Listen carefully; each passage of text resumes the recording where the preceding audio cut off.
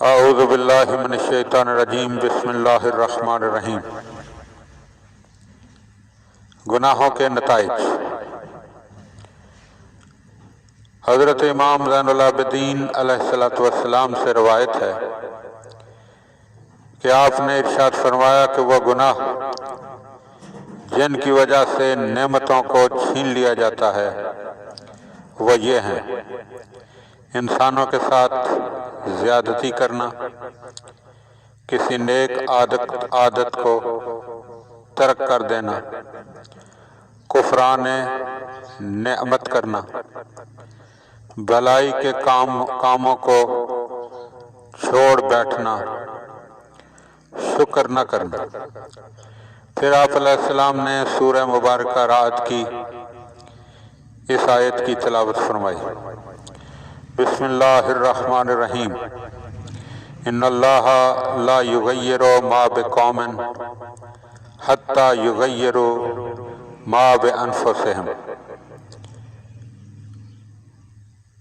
اللہ کے نام سے جو رحمان و رحیم ہے، جب تک لوگ خود آپ اپنی حالت میں تغیر نہ ڈالیں، اللہ ہرگز تغیر نہیں ڈالا کرتا۔ اور اسی آیت کا ترجمہ ہمارے قومی شاعر مشرق حضرت علامہ اقبال نے اپنے ایک شعر میں بھی فرمایا کہ خدا نے آج تک اس قوم کی حالت نہیں بدلی جسے خود خیال نہ ہو اپنی حالت کے بدلنے کا۔ پھر امام علیہ السلام نے دوسری آیت کی تلاوت کی کہ وَإِذَا أَرَادَ اللَّهُ بِقَوْمٍ سُوءًا فَلَا مَرَدَّ لَهُ وَمَا لَهُم مِّن دُونِهِ مِّن وَالٍ۔